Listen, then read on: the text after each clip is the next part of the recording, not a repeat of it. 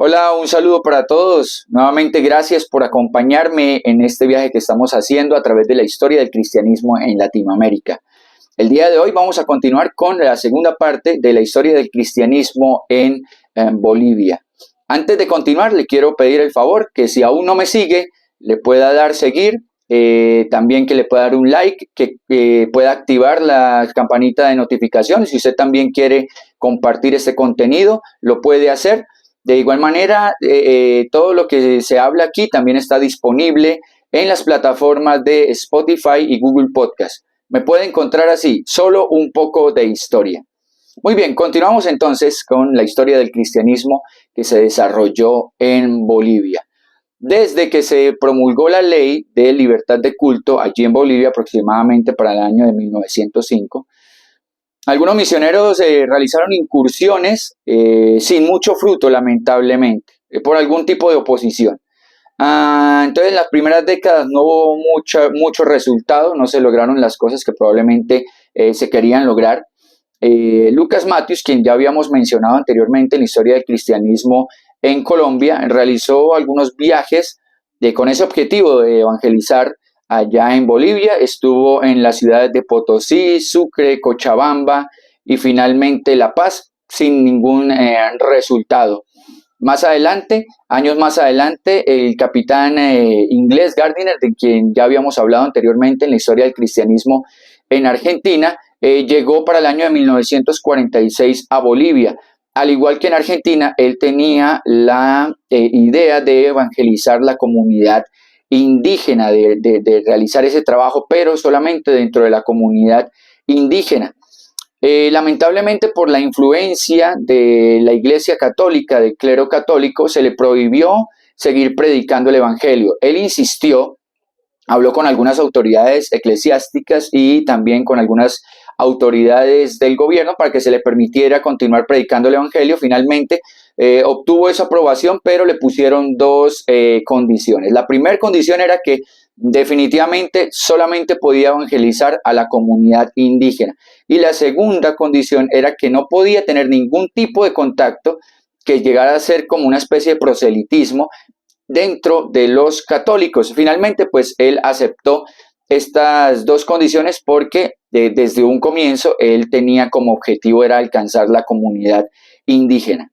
Gardiner salió de Bolivia, regresó a Inglaterra, probablemente por algunos problemas en su salud que estaban relacionados con la altura. Sin embargo, él envió a un misionero llamado José Mangiardino, él es italiano, era italiano, y él comenzó a realizar este trabajo misionero allí en Bolivia. Lamentablemente comenzó a a recibir algunas amenazas de muerte por el trabajo que estaba realizando. Él decidió no hacer caso a estas amenazas de muerte y continuó, pero desafortunadamente fue asesinado en algún lugar de las montañas de Santiago de Cotagaita. Santiago Cotagaita es un municipio que pertenece al departamento de El Potosí. Le amarraron una piedra al cuello y lo lanzaron al río. Esta fue la trágica muerte que tuvo lamentablemente este valiente misionero. Cuando algunos de los misioneros que intentaban entrar a Bolivia llevaban en su equipaje Biblias o algún tipo de literatura protestante, este material era confiscado, era decomisado y no se les permitía el ingreso de este material. Pero había una ley, ellos se dieron cuenta de que había una ley en Bolivia que permitía que pudieran llegar importaciones de cualquier tipo y pues las Biblias y los los tratados o cualquier material protestante pues tenía libre entrada. Entonces es así que ellos lograron repartir en Bolivia, en territorio boliviano, miles y miles de copias, tanto de Biblia como de material, algún tipo de material protestante, libros, tratados, etcétera. Para los primeros en establecer una congregación sólida, recordemos que anteriormente los anteriores misioneros habían, digamos, hecho contactos, tal vez algunos bautismos, pero una congregación como tal solamente fue posible en el año de 1899 de la mano de Archibald Brownlee, bautista. Entonces la primera iglesia que se establece en territorio boliviano es la Iglesia Bautista.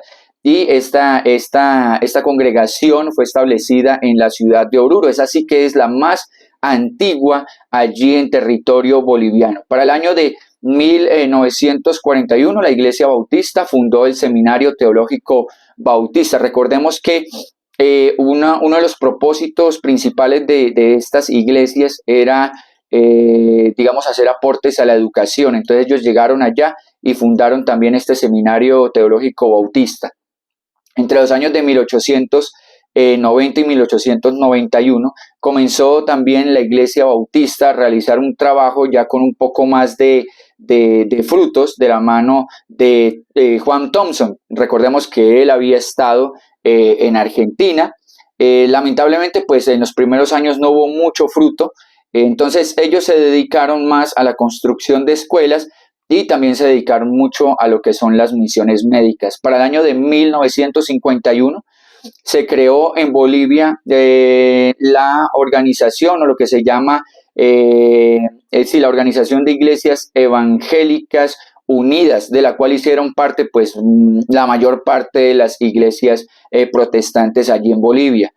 Y para principios del siglo XXI, el trabajo de las iglesias pentecostales comenzó a tener mucho fruto allí en Bolivia. Comenzaron a tener un crecimiento bastante importante.